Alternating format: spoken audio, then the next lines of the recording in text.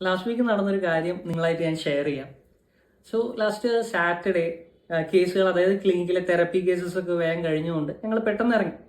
അപ്പം വരുന്ന വഴിക്ക് നല്ല സൺസെറ്റ് ആയതുകൊണ്ട് ബീച്ചിൽ കയറി കുറച്ച് നേരം ഇരുന്നു. അപ്പോഴാണ് ഈ ഒരു കാഴ്ച ഞാൻ കണ്ടത്.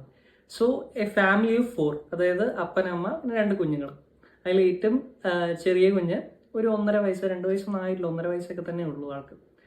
അപ്പം എല്ലാവർക്കും കൂടെ ഒരു ഫാമിലി ഫോട്ടോ എടുക്കാൻ വേണ്ടി മാക്സിമം നോക്കുന്നുണ്ട്. പക്ഷേ ഏറ്റവും ചെറിയ കുഞ്ഞ് എടുക്കാൻ വേണ്ടി കൂട്ടാക്കുന്നില്ല, അത് തീരെ ശ്രദ്ധിക്കുന്നില്ല, ക്യാമറയിലേക്കൊന്നും നോക്കുന്നില്ല. അപ്പോൾ അവസാനം അവരെന്തെങ്കിലും ആയിക്കോട്ടെ എന്ന് പറഞ്ഞ് ഫോട്ടോ എടുത്തു. കുഞ്ഞിനെ താഴെ ഇറക്കിയപ്പം ആളുടെ ശ്രദ്ധ മൊത്തം ഉണ്ടായിരുന്നത് അവിടെ മണലിൽ കുത്തി വെച്ചിട്ടുള്ള നമ്മുടെ ടോയ് ഇല്ലേ, ഒരു ബീച്ചിൽ കാണുന്ന ഒരു ടൈപ്പ്, ഒരു കറങ്ങുന്ന കാറ്റാടി പോലത്തെ ഒരു ടോയ്, അതിലായിരുന്നു. അപ്പം ആളത് പോയി ജസ്റ്റ് കൈ ചൂണ്ടി അമ്മേൻ്റെ അടുത്ത് നോക്കി. അപ്പം ആ ഒരു സമയത്ത് അമ്മയ്ക്ക് മനസ്സിലായിട്ട് അമ്മ വന്നിട്ട് എന്തൊക്കെയോ പറയുന്നുണ്ടായിരുന്നു. ഓഫ് കോഴ്സ് അത് ആ സംഭവത്തിനെ കുറിച്ചായിരിക്കും, അതിനെക്കുറിച്ച് എന്തെങ്കിലും പറയുക, ഇഷ്ടമായെന്ന് അങ്ങനെ എന്തെങ്കിലുമൊക്കെ ചോദിക്കുകയായിരിക്കും. അങ്ങനെ അമ്മ ചെയ്തുകൊണ്ട് കുഞ്ഞിന് കൂടുതൽ കമ്മ്യൂണിക്കേറ്റ് ചെയ്യാൻ വേണ്ടിയിട്ടുള്ള ഓപ്പർച്യൂണിറ്റി ഉണ്ടാക്കി കൊടുത്തത്. ആൻഡ് ഓൾസോ കൂടുതൽ കാര്യങ്ങൾ കുഞ്ഞ് ലേൺ ചെയ്തു.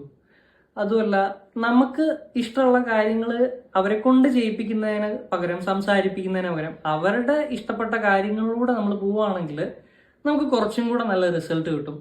അതുകൊണ്ടാണ് എപ്പോഴും നമ്മൾ പറയുന്നത്, follow your child's lead for the communication. അവരുടെ ഇഷ്ടത്തിനനുസരിച്ച് നമ്മൾ പുറകെ കമ്മ്യൂണിക്കേഷന് വേണ്ടി പോകുമ്പോൾ ബെറ്റർ റിസൾട്ട്സ് ആയിരിക്കും ഫോർ ഷുവർ നമുക്ക് കിട്ടുക, rather than dragging them into our interest.